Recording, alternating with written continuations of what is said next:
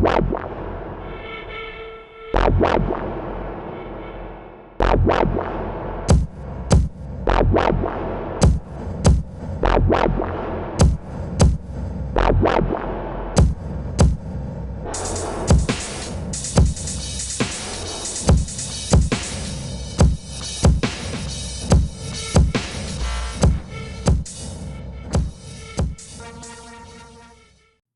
hi, welcome back everyone. I didn't really know what to do for this video. I was kind of conflicted.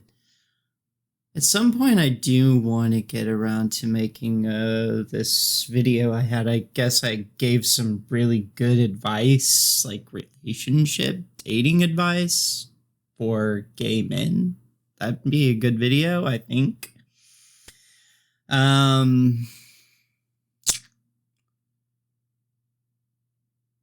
Yeah, I know I do weird stuff. I know this is weird. I do weird stuff. I like to be different. But I figured instead I would do a video that just talks about my life. So I guess this will be like a vlog.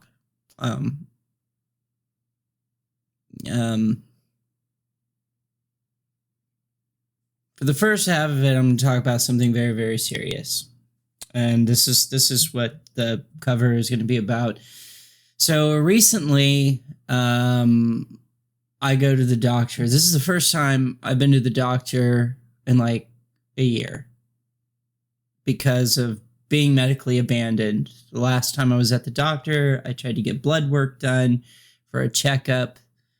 I'm middle-aged now. This is important to do. I'm like, I'm middle-aged. So should be doing this regularly, make sure there's no like cancer, lipids and whatnot. And they wouldn't do it. They wouldn't do it. So I just kind of get left on the curb. Anytime I had a pain flare up, where the pain flare ups were getting so bad, so severe that I was getting dizzy and passing out, losing consciousness sometimes, as little as like, literally as little as like maybe like a minute, and sometimes 3 hours. So, like I'd be like, and, like sometimes I come to and it's been like 3 hours, like, wow, like, fuck, man. Walking around feeling this gaping giant hole in my chest while being tased in my neck and stabbed in the shoulder. It sucks. So the only thing that they've offered is go to the ER, go to urgent care, which, because of policy changes, if you go to urgent care, which used to be actually pretty decently priced, now, just to walk in the door, it's like $2,000 for the doctor to sit down and say, oh, well, there's nothing I can do. Have some Tylenol. The ER pretty much does the same thing. They're going to they're going to give you Tylenol, say there's nothing we can do. Sorry about that. And then they're going to stab you with a $20,000 bill for an ER visit. And for somebody who doesn't work, doesn't have a flow of income because they're disabled from this, like a chronic pain condition where you're disabled, how are you going to pay for this stuff? And just keep accumulating medical debt, and there's no guarantee that when Medicaid, Medicare, I forget which one is for disability, and not people who are retired, but there's no guarantee that they will retroactively go back and pay your medical bills. Some people think that I think used to be the case. It depends on state to state, but that is no longer the case. They've changed the rules, and no, they don't do that. So if you accumulate medical debt while you are filing for disability, paying off that medical debt is all on you. Yeah. So I go to this doctor and I tell her, and this is true, I have been taking 5,000 to 6,000 milligrams of acetaminophen a day to manage the pain, stop the dizziness and passing out and losing consciousness. And she goes, oh my God, that's bad for your liver, which I know. She said, that'll kill you. And I said, so what? Who cares? What else am I supposed to do? She goes, this is what she says. She says, yeah, you're right. I guess you're doing everything you can do. Not really much else you can do. So think about that. This is where we're at in this country with pain management, with pain control. I mean, I'm passing out. I'm losing consciousness from pain. I'm told I have to go see them for this. They wanted me to go to the ER. They wanted me to go to urgent care for this. Can't afford that. So I go to the doctor. And she literally is telling me that I know you're, like, I just told her, killing myself by poisoning myself with acetaminophen. And she's like, oh, well, that sucks, but, there's not anything else you could do. So this is where we're at in this country with care of pain patients. You can be openly killing yourself with acetaminophen poisoning as long as you're not touching the dreaded opioids. I don't understand this. Like, I really want to know, like, how that logic works. How do you rationalize this when you go home, like, and think to yourself, like, well, like, if they go on an opioid, for some reason, there's this notion where it's like they think you are definitely going to overdose and die on that if you take an opioid. It's inevitable. Or go out on the street looking for heroin or something. It's inevitable. This is what you're going to do. But that's not the case.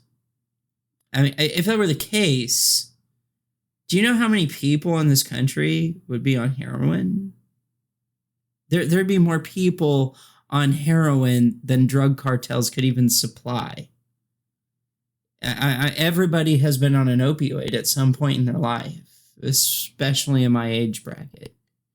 So this doesn't make sense. Like, no, just because you're on an opioid doesn't mean you're going to overdose. It doesn't mean you're going to go to the street and do heroin and fentanyl. So that doesn't mean you're going to die. That means there's no guarantee you're going to die from that if you go on an opioid pain management regimen. There's no guarantee that's going to happen. And but it is guaranteed if I keep taking 5,000 to 6,000 milligrams of acetaminophen every day that, yes, I will die from liver failure, from acetaminophen toxicity. Oh, yeah, that'll kill you. You can be open about that. But if you're taking an opioid, then somehow this is worse? I don't understand. I don't understand how the rationality, the rationale goes with this. And I keep wondering, like, how we got here. You can't tell me the vast majority of the population is this stupid to believe this crap, to think that not giving pain patients opioid pain medications is the right thing to do. That this is insane. There are just so many lines of thinking behind this that just don't make any sense. It's like all the other medications, the non-opioid medications they prescribe, they produce chemical dependency. They can cause death. They have risks. They're more expensive. So for the pharmaceutical companies, they're actually better for the pharmaceutical companies because they're more expensive. Sometimes even more addictive. Like some of them, the gabapentinoid spectrum, there are people that cannot get off of that medication. They can't get off of it whatsoever at all. And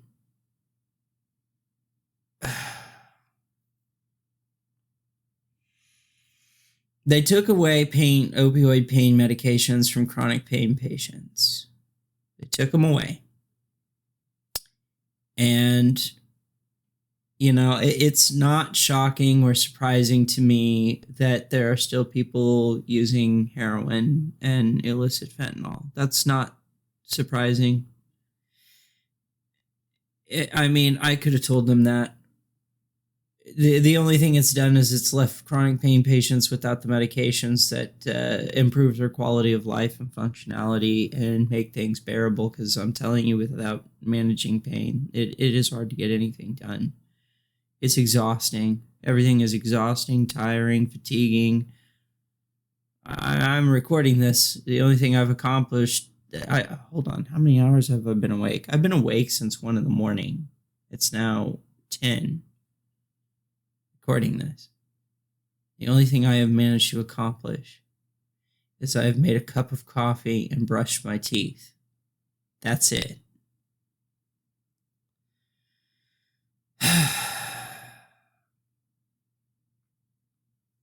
I don't understand this fear. I don't understand this fear of opioid medications. I don't get it. And the people in harm reduction, they want a safe supply. And they're mad at the pharmaceutical companies for creating the opioids and getting them addicted or something. But then they want a safe supply. But the opioids that got taken away, that were controlled and regulated by the FDA, those were a safe supply. If they make a safe supply of medical grade heroin that's going to come from a pharmaceutical company, they know that, right? I mean, the Suboxone they're buying is coming from a pharmaceutical company. They're making money off of it. It's a for-profit model for Suboxone and methadone. It's just those two things are not very good at treating pain, and they can be kind of hard to get off of. Like your typical codeine is only like 2-3 days of withdrawals, nothing. It's actually really hard to even get chemical dependency on codeine. This is only in your system for 4 hours. Morphine is the one that produces the withdrawal period of a week to a month, depending on what you're taking. But really, like, tapering down is not hard to do. People who aren't doctors figure out how to do it to avoid withdrawals. Even people who aren't doctors, just people who are used to and accustomed to this stuff and have figured it out.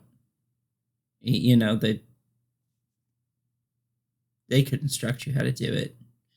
So this has just left chronic pain patients without medical care. And meanwhile, people are still using heroin and illicit fentanyl. So nothing's changed other than chronic pain patients get to suffer. And nothing else has changed.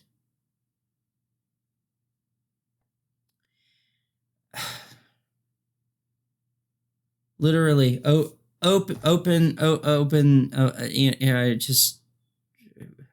killing yourself with acetaminophen. Well, that sucks. There's nothing else you can do, because we're not going to prescribe you a pain med. Definitely don't want you on that. God forbid you might live. Jesus Christ. I have no idea how we got here. I don't know how society has become so fucking stupid. It's crazy. I don't know what else to say on that. No, that's where we're at. No, they schedule me out to a pain management specialist, but have you ever been to a pain management specialist? This shit's expensive. They're already saying, oh, we want a newer MRI, another one. Or you have 2. They want a newer one. That can be $500 to $3,000 depending on it, if insurance covers it or not, and where it's done. And then on top of that, they're going to want to do trigger point injections, nerve blocks, Botox injections, epidurals, which I cannot have those.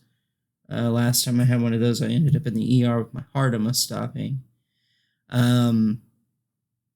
They want to do these things. They're about $2,000 to $3,000 a piece. And so you're looking at, even with insurance, you're looking at paying $3,000 for 4 hours of pain relief. Think about that. $3,000 for 4 hours of pain relief. That's what I got out of it. The most I got was with Botox, which is one of the more expensive injections you can get. Insurance will not cover Botox. They always treat Botox as cosmetic. They do not treat it as a medical thing. But that's really expensive. And the pain relief I got from it, so we're talking like over $3,000 for 4 days of extremely mild, almost barely noticeable pain relief.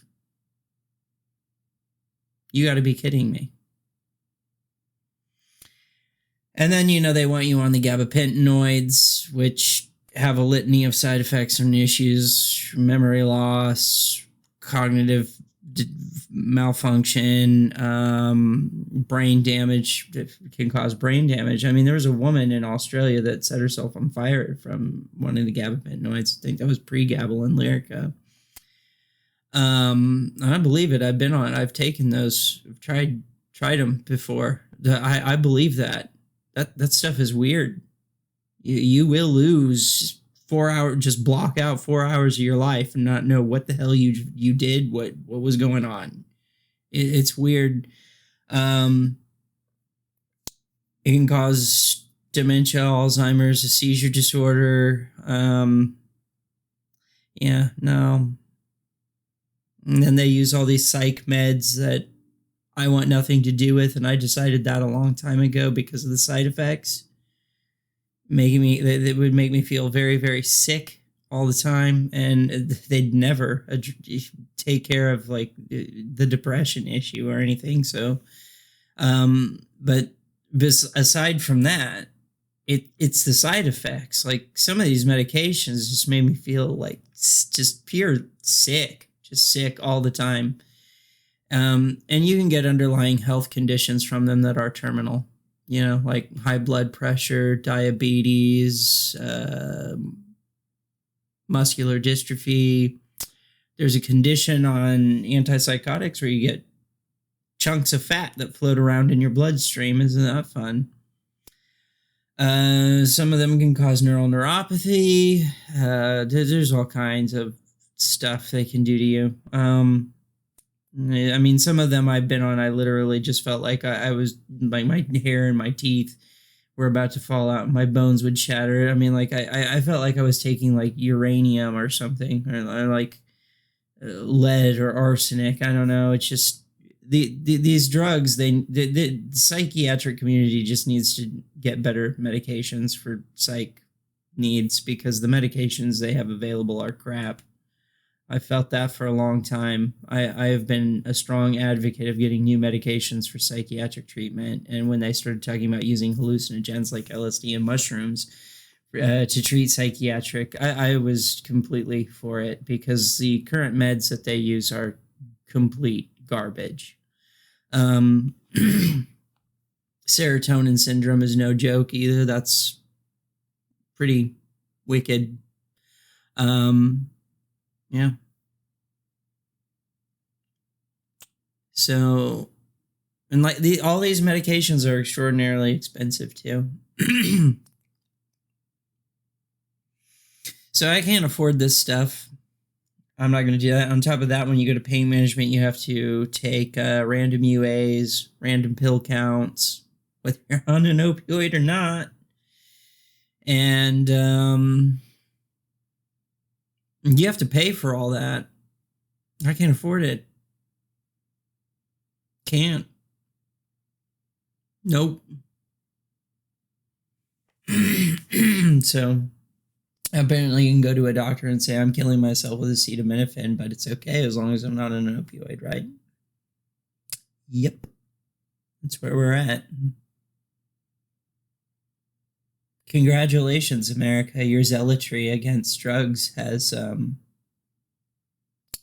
this is what I love about all this is like nobody cares about the consequence. The consequence be damned. We just want to follow this ideology. We just people have lost their minds. I don't know what's going on here, but this is hard to rationalize. How can you rationalize somebody's killing themselves with acetaminophen?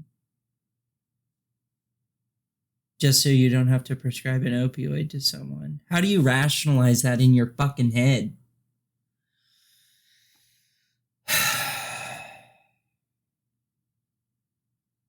Yeah, for real.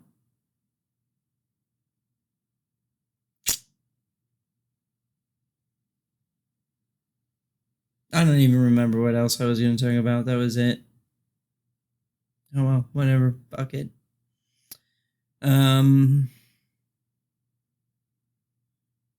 I made a video, so like, share, subscribe, and blah blah blah blah blah. And I'm out.